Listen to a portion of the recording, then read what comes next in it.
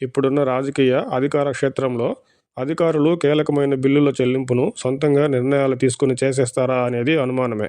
ఒకవేళ అధికారులే తమ సొంత నిర్ణయాలతో బిల్లులు ఇచ్చేస్తున్నారనుకుంటే కూటమి ప్రభుత్వం 8 నెలలు దాటినా అధికార యంత్రాంగంపై పట్టు సాధించలేదని అనుకోవాలి. ఇలా అనుకున్న పాలనలో కూటమిది వైఫల్యమనే చెప్పాలి. బిల్లుల చెల్లింపు అధికారుల సొంత నిర్ణయం కాదు, మంత్రులకు తెలియదు అనుకుంటే కూటమిలో ఎవరో సకల శాఖ మంత్రి గారు ఉన్నట్టే కదా. గతంలో సజ్జల రామకృష్ణారెడ్డి గారు వైసీపీ ప్రభుత్వంలో అన్ని శాఖల్లోనూ తన ఆదేశాల ప్రకారమే నడిపించే వ్యక్తిగా ఆరోపణలు ఎదుర్కొన్న సంగతి తెలిసిందే. కూటమి ప్రభుత్వంలోనూ మంత్రులకు తెలియకుండానే అంతా జరిగిపోతుందంటే సకల శాఖ మంత్రిగా ఎవరో వ్యవహరిస్తున్నారనే అనుకోవాలి. అలా ఎవరూ లేదంటే మంత్రులు సరిగ్గా పనిచేయడం లేదని అనుకోవాలి. అధికారులదే తప్పు అనుకుంటే కూటమి ప్రభుత్వం ఇంకా అధికార యంత్రాంగంపై పట్టు సాధించలేదని అనుకోవాలి.